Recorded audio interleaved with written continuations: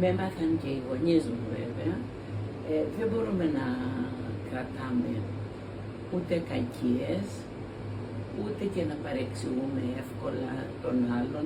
Μπορεί μια στιγμούλα μια φίλη σου, και πάει παράδειγμα από φίλες, ενώ είσαι τόσο αγαπημένες, κάποια στιγμή μπορεί να σου πει κάτι να σε πειράξει, και λες εκείνη τη στιγμή, μήπως το είπε γιατί η ψυχολογία της δεν ήταν καλή, ας πούμε, και είπε κάτι που εσένα σου κακοφάνηκε.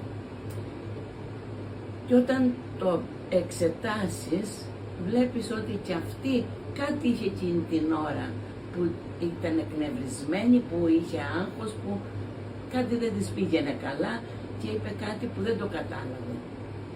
Άμα της πεις, και είσαστε φίλοι, και της πεις, μα είπες προχθές αυτό, αν από μόνη της θα σου ζητήσει συγγνώμη, εάν το είπε χωρίς να το καταλάβει.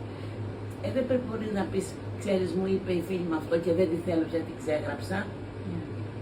Πρέπει να μάθουμε ότι και αυτοί, όλοι οι άνθρωποι, περνάνε διάφορες καταστάσεις που δεν μπορείς να είναι πάντα στην ίδια ψυχολογική κατάσταση ένας άνθρωπος, και πρέπει και να συγχωρούμε και να κάνουμε πως δεν βλέπουμε και να περνάμε ευχάριστα, να μην είμαστε άνθρωποι που παρεξηγούμε.